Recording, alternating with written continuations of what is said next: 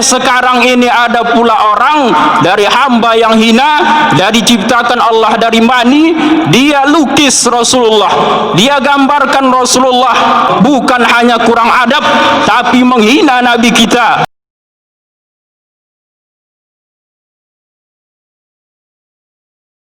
Masyaallah muslimin, jamaah salat Jumat dirahmati Allah.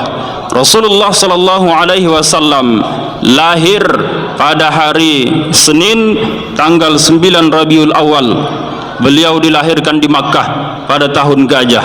Kemudian beliau Rasulullah sallallahu alaihi wasallam wafat pada hari Senin 12 Rabiul Awal di kota Madinah. Ulama melihat dari kejadian ini mengatakan bahwa orang manusia ketika hidup di dunia, matinya tidak bakalan jauh-jauh dari waktu kelahiran dia. Kita melihat Rasulullah lahirnya di hari Senin, wafatnya juga di hari Senin.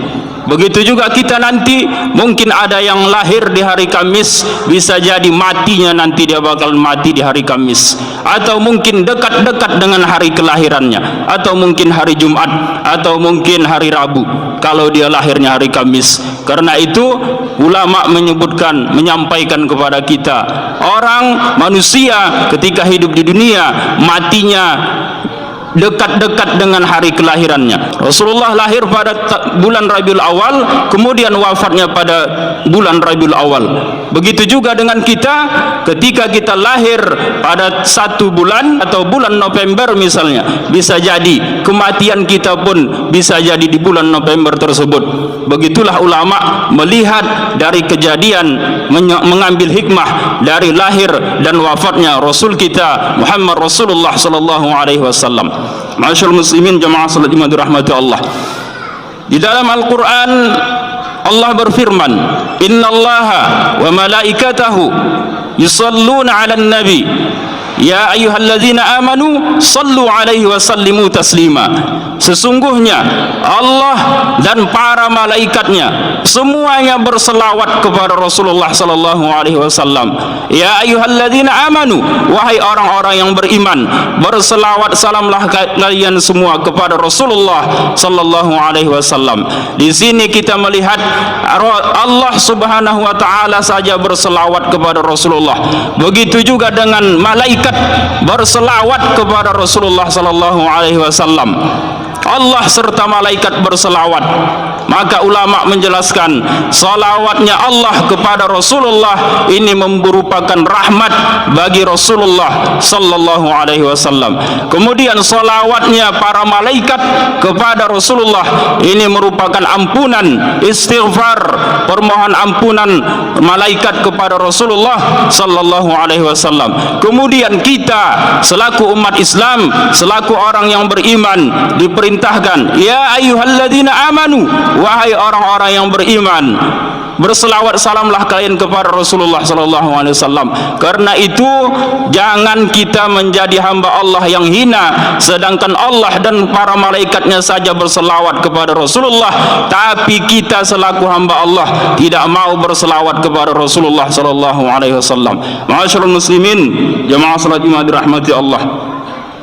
Rasulullah sallallahu alaihi wasallam merupakan salah seorang hamba Allah, salah seorang Rasulullah yang merupakan hamba Allah yang sangat dicintai Allah, hamba Allah yang sangat dikasihi Allah, menjadi kekasih Allah Subhanahu wa taala.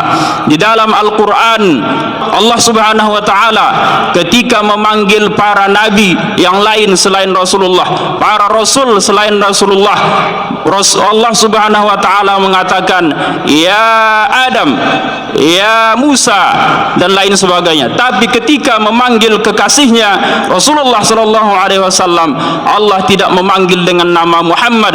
Tidak ada di dalam Al-Qur'an sebutan kalimah atau firman Allah dengan sebutan ya Muhammad, tak ada. Yang ada disebutkan ya ayyuhan nabi, ya ayyuhar rasul. Begitulah luar biasanya nabi kita Muhammad Rasulullah sallallahu alaihi wasallam.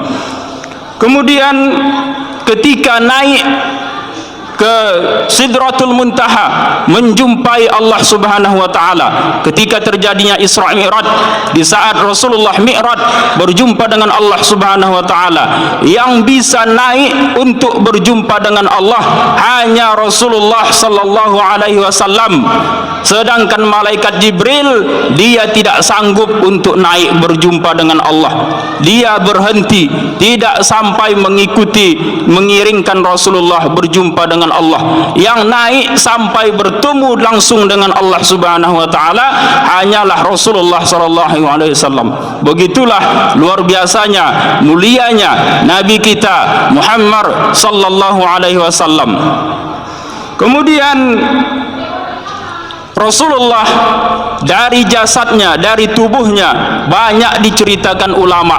Di antaranya bahwa Rasulullah itu, Nabi kita, keringatnya itu wangi, lebih wangi daripada minyak wangi. Di antaranya ada Ummu Sulaim yang ketika Rasulullah berkeringat, dia ambil keringatnya untuk dijadikan minyak wangi. Kemudian darah Rasulullah dimakan oleh sahabat. Ketika Rasulullah berbekam, Rasulullah memerintahkan kepada sahabat Abdullah bin Zubair untuk membuang darah tersebut. Lalu Abdullah bin Zubair membuangnya ke dalam perutnya. Artinya dia makan darah Rasulullah. Lantas Rasulullah bertanya, apakah darah tadi sudah engkau buang ya Ibnu Zubair? Maka Ibnu Zubair mengatakan, sudah ya Rasulullah, sudah aku buang ke tempat yang dalam. Rasulullah sudah tahu bahwa Ibnu Zubair memakan darah tersebut. Lalu Rasulullah bersabda, barang siapa yang darahku mengalir di dalam tubuhnya, maka neraka api jahanam tidak bakalan membakar tubuhnya. Begitulah luar biasanya tubuh Rasulullah sallallahu alaihi wasallam. Di lain cerita lagi ada dikisahkan bahwa kenapa Khalid bin Abdul Walid tidak pernah kalah dalam memimpin perang. Ternyata di dalam jubahnya ada rambutnya Rasulullah sallallahu alaihi wasallam. Jadi Rasulullah itu mulai dari ujung rambut sampai ujung kaki semuanya mulia, tidak ada yang tidak mulia. Bahkan ketika Rasulullah qada hajat, maka ketika kotoran itu keluar langsung ditelan oleh bumi, tidak ada tertinggal di luar. Begitulah mulianya Nabi kita Muhammad Rasulullah sallallahu alaihi wasallam. Bahkan ketika terjadinya Isra Mi'raj, ketika Rasulullah naik hendak berjumpa dengan Allah Subhanahu wa taala, Rasulullah melewati para malaikat. Dan saat itu ketika malaikat dilewati, semua malaikat berdiri memberikan hormat kepada Rasulullah sallallahu alaihi wasallam. Tapi ada satu malaikat yang tidak berdiri saat itu. Dia tidak berdiri menghormati Rasulullah. Pada saat itu juga Allah marah kepada malaikat tersebut. Apa yang dilakukan Allah? Allah patahkan kedua sayapnya. Bukan itu saja, tapi kemudian Allah campakkan malaikat tersebut ke dunia. Allah campakkan malaikat tersebut ke dunia, tepatnya di Gunung Qaf. Di sanalah malaikat itu dilemparkan. Setelah itu berjumpa dengan malaikat Jibril. Ditanyakan apa sebabnya malaikat tersebut dicampakkan, dijatuhkan Allah, dilemparkan ke dunia ini. Maka dia sampaikan kejadiannya. Kemudian malaikat Jibril memohon kepada Allah Subhanahu wa taala untuk memberikan pertolongan kepada malaikat tersebut. Lantas Allah menyampaikan, suruhlah dia berselawat kepada kekasihku Muhammad, kepada Rasulullah sallallahu alaihi wasallam. Dan setelah itu, setelah dia banyak berselawat kepada Rasulullah, maka malaikat itu Allah tumbuhkan kembali sayapnya dan Allah angkat dia kembali ke tempatnya semula. Begitulah kejadian yang pernah diceritakan oleh ulama. Betapa luar biasanya kita mesti beradab kepada Rasulullah sallallahu alaihi wasallam. Malaikat yang luar biasa, yang dia diciptakan dari nur, dia diciptakan Allah, tapi ketika hanya kurang adab saja, adabnya kurang kepada Rasulullah, hanya gara-gara tidak berdiri ketika Rasulullah lewat, apa yang Allah lakukan? Allah marah, Allah patahkan kedua sayapnya dan Allah campakkan ke dunia ini. Begitu Allah perlakukan malaikatnya. Sekarang ini ada pula orang dari hamba yang hina, dari ciptakan Allah dari mani, dia lukis Rasulullah, dia gambarkan Rasulullah. Banyak gambar-gambar Rasulullah yang dia buat. Salah satunya di antaranya ada gambar yang dia buat kalikatur Rasulullah, terbuka auratnya, telanjang, bahkan melakukan hubungan dengan Siti Aisyah juga telanjang. Ini luar biasa penghinaan kepada Rasulullah. Bukan hanya kurang adab, tapi menghina Nabi kita, menghina Rasulullah sallallahu alaihi wasallam. Padahal kita diciptakan bukan dari nur, bukan seperti malaikat. Kita diciptakan dari tanah, kita diciptakan dari mani, kita diciptakan dari setetes air yang hina. Tapi berani-beraninya ada orang jauh di sana, dia menghina Nabi kita Muhammad sallallahu alaihi wasallam. Padahal Nabi kita mulai dari ujung rambut sampai kotorannya pun mulia. Tidak ada yang tidak mulia di dalam diri Rasulullah sallallahu alaihi wasallam. Masyaallah muslimin jamaah salat Jumat dirahmati Allah. Bagaimana sikap kita terhadap perlakuan ini? Kalau tidak ada di dalam diri kita benci, tidak ada di dalam diri kita marah, ini perlu menjadi pertanyaan dari kita. Sampai mana iman kita? Kenapa kita tidak benci terhadap perbuatan ini? Kita, khususnya Indonesia, kita mayoritas umat Islam, mayoritas kita muslim, kita mesti memberikan sikap tegas, perlawanan, sikap marah kepada orang yang melakukan tersebut, kepada negara Prancis, karena mereka membanggakan, bahkan kalikatur Rasulullah itu dipajang, dibuat di halayak ramai, bahkan dibuat selebaran, dibuat majalah gambar-gambar tersebut, sehingga nampaklah dia bagaimana luar biasanya perlakuan penghinaan mereka kepada Nabi kita Muhammad Rasulullah sallallahu alaihi wasallam. Kita selaku umat Islam mesti bersikap keras. Kalau kita bisa lakukan dengan tangan, man ra'a minkum munkaran falyughayyirhu bi yadihi fa illam yastati fa bi lisanihi fa illam yastati fa bi qalbihi wa dzalika ad'aful iman. Begitu sabda Rasulullah sallallahu alaihi wasallam. Barang siapa yang melihat suatu kemungkaran, maka dia rubahlah dengan tangannya. Kalau kita punya kuasa, kita punya kekuasaan, kita menjadi seorang pemimpin, maka lakukan, rubah dengan kekuasaan kita. Di antaranya misalnya boikot semua produk-produk Prancis, jangan pernah masuk ke Indonesia ini. Semuanya sita semua produk-produk Prancis. Begitu kalau kita punya kekuasaan. Kalau kita tidak punya kekuasaan, maka lakukanlah dengan lisan. Sampaikan kepada umat ini bahwa itu adalah perbuatan salah. Nabi kita Nabi mulia, tidak ada yang boleh menghinanya. Kita mesti marah, kita mesti benci kalau ada orang yang menghina Nabi kita. Bagaimana kita tidak benci? Bagaimana hati kita kalau sampai kita tidak marah? Sedangkan kita ketika solat kita tidak bakalan sah, tidak bakalan diterima Allah tanpa ada berselawat kepada Rasulullah. Orang yang tidak ada selawat di dalam solatnya, maka solatnya tidak bakal diterima. Lalu bagaimana dengan hati kita? Setiap waktu kita berselawat kepada Rasulullah, tapi ketika ada orang yang menghina, hati kita hanya diam-diam saja, hati kita hanya tenang-tenang saja, tidak ada marah, tidak ada sikap benci kita kepada orang tersebut. Maka pertanyakan, ada apa dengan imanku wahai saudaraku? Ada apa dengan akidahku saat ini? Kenapa aku tidak sedih? Kenapa aku tidak marah? Kenapa aku tidak benci kepada orang yang menghina Rasulullah? Padahal beliau adalah nabiku, padahal Rasulullah adalah utusan Allah subhanahu wa ta'ala, kekasihnya Allah subhanahu wa ta'ala. Allah dan para malaikat saja berselawat kepada Rasulullah. Kenapa aku tidak benci? Kenapa hatiku tidak menangis? Padahal Rasulullah begitu sangat cinta kepada umatnya. Kemudian kalau seandainya kita tidak bisa berbicara dengan lisan, maka sampaikanlah dengan hati. Dengan hati kita mesti menolak betul, mesti kita marah terhadap orang yang menghina Rasulullah, mesti kita benci terhadap yang menghina Rasulullah. Di antaranya mesti kita jangan lagi membeli, mengambil, mesti memboikot semua produk-produk Prancis. Kalau seandainya orang tua kita saja misalnya, atau diri kita yang dihina orang, dilecehkan orang, dimarahi orang atau disepelekan orang, tentunya banyak di antara kita yang marah. Ini baru diri kita atau keluarga kita atau mungkin orang tua kita yang dihina orang. Lantas masih maukah kita mengambil, membeli makanan dari orang yang menghina keluarga kita? Pasti banyak di antara kita yang tidak mau lagi melihat orang tersebut. Tapi Rasulullah sallallahu alaihi wasallam lebih mulia daripada orang tua kita, lebih mulia daripada diri kita, lebih mulia daripada malaikat, lebih mulia daripada alam semesta ini.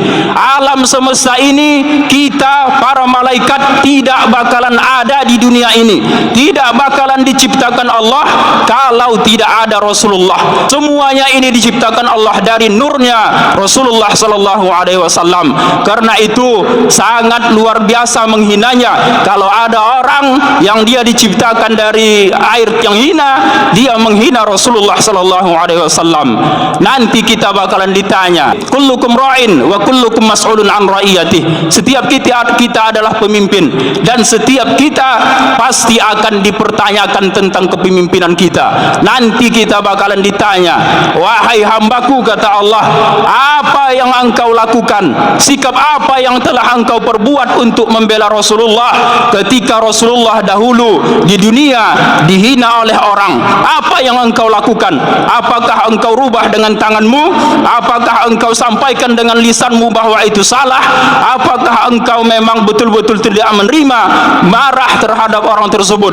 Maka ini bakalan dipertanyakan kepada kita. Karena itu jamaah Jumat sekalian rahmati Allah, maka kita mesti bersikap tegas. Setidaknya hati kita menolak bahwa perbuatan itu adalah perbuatan yang tidak wajar, yang perbuatan yang tidak pantas untuk dilakukan kepada Rasulullah. Bahkan itu merupakan menghina Nabi kita Rasulullah sallallahu alaihi wasallam.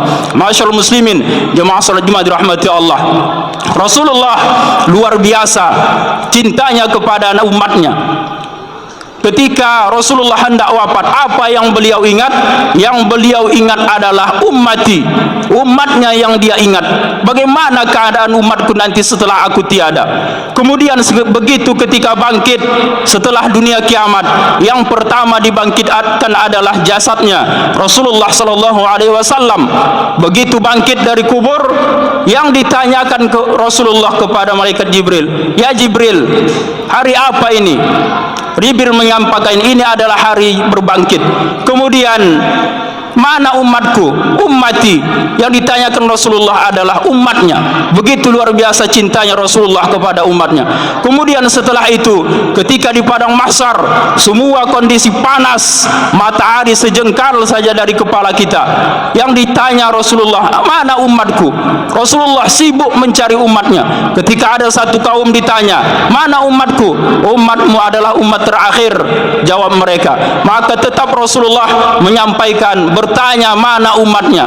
Bahkan Rasulullah sujud kepada Allah, dan Rasulullah tidak mengangkat kepalanya sampai Allah mengatakan, menanya Rasulullah, wahai Muhammad, apa yang engkau inginkan sampaikan.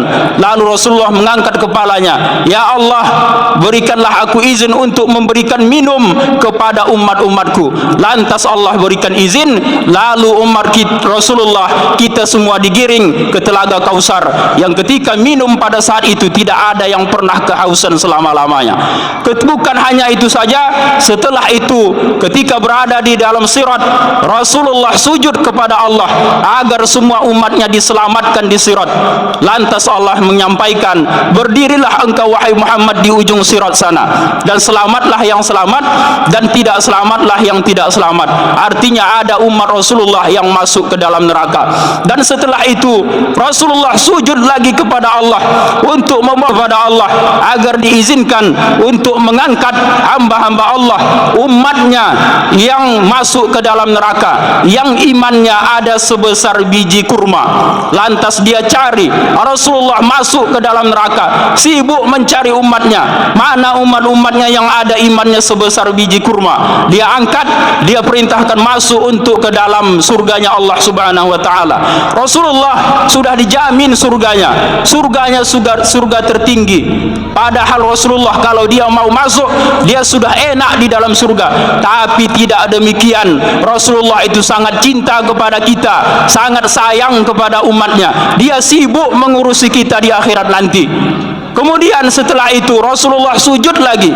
Rasulullah meminta kepada Allah agar kembali diizinkan untuk mencari umat-umatnya yang berada di dalam neraka, yang imannya ada sebesar jagung. Lantas Allah izinkan Rasulullah masuk ke dalam neraka, menarik umat-umatnya yang berada di dalam neraka. Setelah itu bukan hanya sebatas itu, kembali Rasulullah bersujud memohon kepada Allah agar kembali diizinkan untuk menarik umatnya yang imannya ada sebesar biji zarrah, sebesar biji sawi.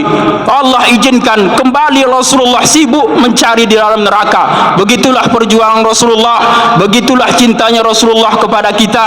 Beliau cari kita di dalam neraka yang imannya hanya sebesar biji zarrah, yang imannya hanya sebesar biji sawi. Beliau angkat, beliau masukkan ke dalam surga. Kemudian bukan hanya sebatas itu, Rasulullah kembali memohon kepada Allah. Ya Allah, Rasulullah bersujud kembali memohon kepada Allah. Ya Allah, angkatlah umatku yang berada di dalam neraka, yang dia pernah mengucapkan la ilaha illallah ketika di dunia, walaupun hanya sekali. Allah izinkan Rasulullah masuk ke dalam neraka, mengajak umatnya yang hanya sekedar mengucapkan la ilaha illallah. Hanya itulah imannya di dunia. Allah angkat, Allah perintahkan Rasulullah membawa para umatnya yang berada di dalam neraka. Begitulah luar biasa cintanya Nabi kita Rasulullah sallallahu alaihi wasallam kepada umatnya. Jadi pada saat sekarang ini Nabi kita dihina, Rasul kita dilecehkan, Rasul kita dihina. Bagaimana perjuangan kita terhadap Rasulullah? Sudahkan seperti yang digambarkan ulama nanti ketika Rasulullah memperjuangkan kita. Bagaimana perjuangan kita saat sekarang ini? Atau mungkin hati kita hanya tenang-tenang saja, kita tidak ada sedikit pun tergores, tidak ada sedikit pun rasa sedih melihat Nabi kita dihina orang. Bahkan sampai saat sekarang ini mereka tetap tersenyum, mereka belum ada pengucapan maaf dari pelaku tersebut. Mereka tetap memajang, menampilkan karikatur Nabi kita yang tidak pantas untuk digambar kepada Nabi kita Rasulullah sallallahu alaihi wasallam. Ma'asyiral muslimin, jemaah salat Jumat dirahmati Allah, inilah kira yang disampaikan untuk kesempatan kali ini. Mudah-mudahan ini dapat memberikan kecintaan kita kepada Nabi kita Muhammad Rasulullah sallallahu alaihi wasallam, dan mudah-mudahan berkat cintanya kita, perjuangannya kita, salawatnya kita kepada Rasulullah, mudah-mudahan di akhirat kelak kita dikenal, kita ditandai oleh Rasulullah, dan Rasulullah memberikan syafaat kepada kita. Karena tidak ada yang bisa kita andalkan. Amal ibadah kita belum tentu diterima Allah, tapi dengan cintanya kita kepada Allah, dengan banyaknya kita berselawat kepada Rasulullah, insyaallah Rasulullah berikan syafaat kepada kita, dan kita mudah-mudahan Rasulullah menarik kita ke dalam surga. Amin ya rabbal alamin.